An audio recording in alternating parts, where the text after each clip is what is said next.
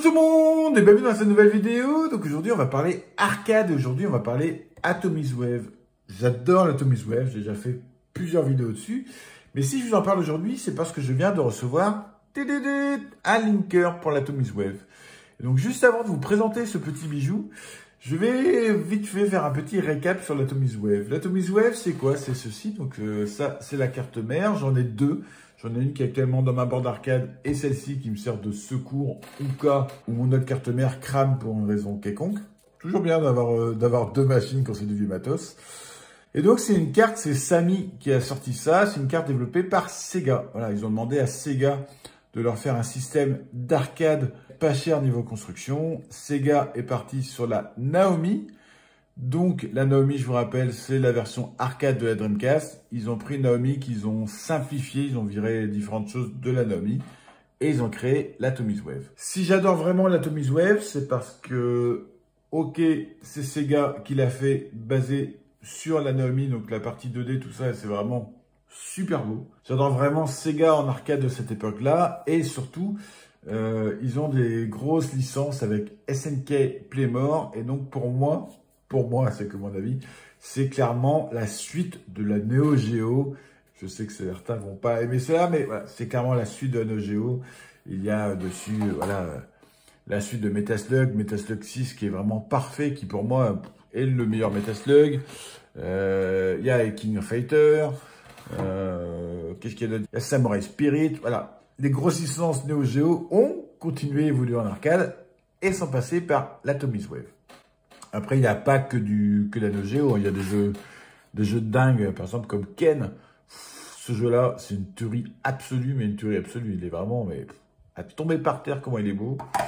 Et puis après, il y a différents jeux, des jeux de voilà, plus ou moins bonne qualité. Voilà. J'ai pas tout sorti, hein. J'ai sorti juste quelques cartouches, voilà. Hop, j'ai une petite collection comme de cartouches. Et donc, les jeux, ils se pluguent ici.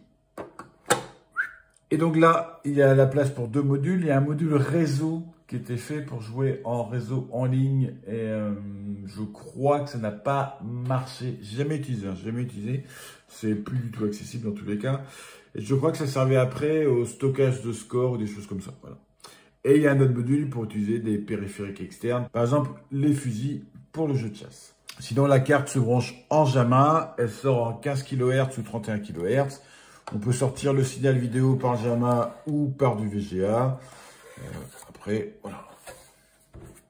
Hop, le ventilateur a changé parce qu'il est insupportable. Insupportable. Faut que je la change sûrement sur celle-là. Pour la changer, j'ai fait une vidéo dessus sur comment changer. Par contre, le ventilateur où j'avais fait la vidéo dessus n'est plus disponible. Donc maintenant, il y a une autre bidouille avec un Noctua.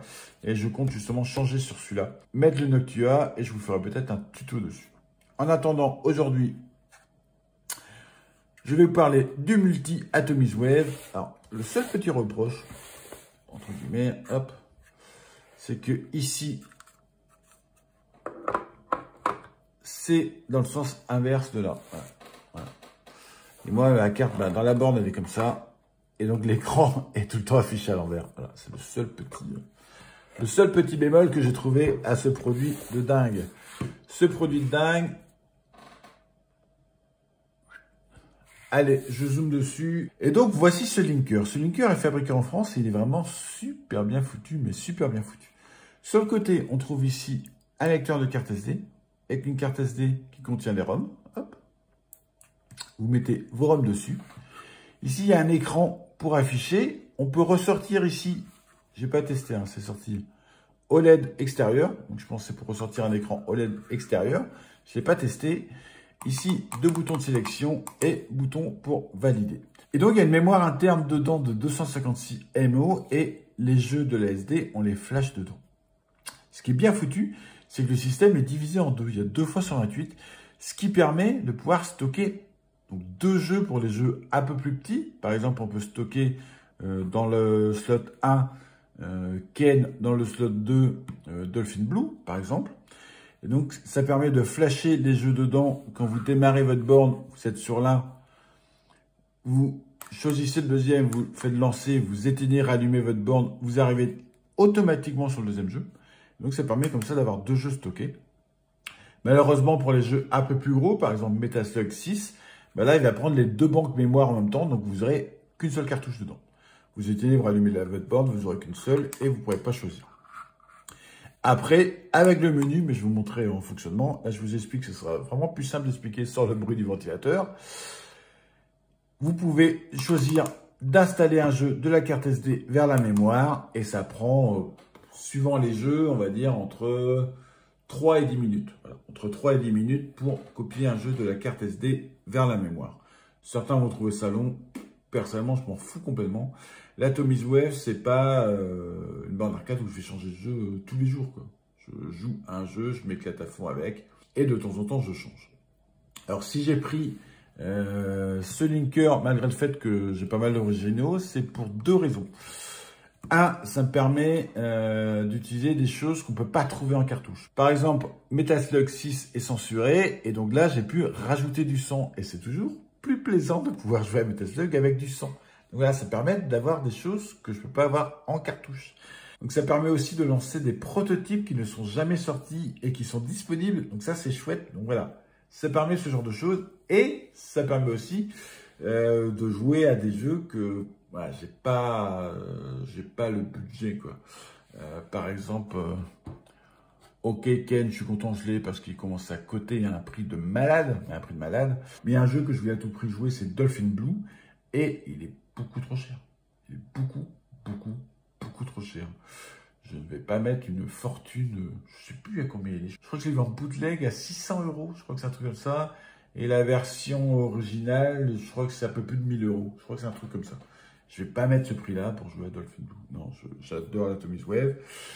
J'aurais adoré commencer ma collection Atomiswave bien plus tôt et trouver Dolphin Blue à 20 balles. Mais non, c'est pas le cas. Donc voilà, j'ai commencé un peu tard. Il y a déjà certains jeux que j'ai payés assez cher. Donc non, j'ai pas envie de mettre ce prix-là. Donc un linker est vraiment bienvenu pour ça. En plus, le produit est vraiment bien foutu, bien fini. C'est vraiment très propre, quoi. Le boîtier est très propre. Je l'ai démonté parce que comme un couillon, j'ai réussi à glisser la carte SD dedans. Donc je l'ai démonté, c'est vraiment super propre à l'intérieur. C'est vraiment très bien fini. Maintenant, on va le mettre dans la borne et je vais vous montrer cela en fonctionnement. Donc voilà, le linker est en place. Donc là, j'ai démarré la borne, je suis sur le jeu Maximum Speed. Vous voyez, c'est bien le jeu Maximum Speed qui est là. Si je veux passer sur le deuxième jeu, je vais simplement ici, hop, vous voyez, c'est Sushi Bar. Je vais dans le menu. Launch. Voilà, le jeu est là, j'ai juste à éteindre, allumer.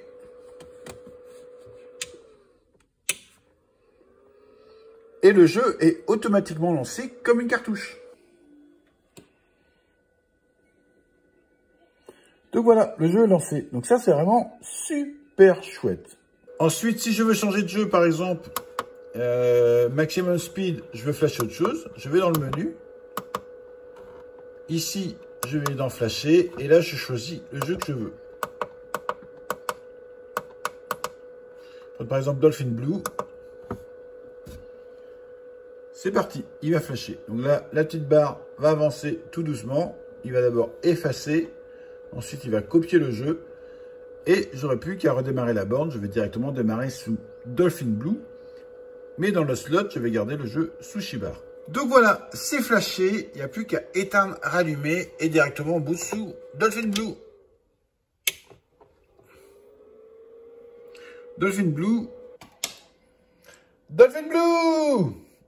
Bon bah c'est tout pour cette vidéo. Ce linker est vraiment génial pour ceux qui veulent utiliser des jeux qui sont devenus inabordables.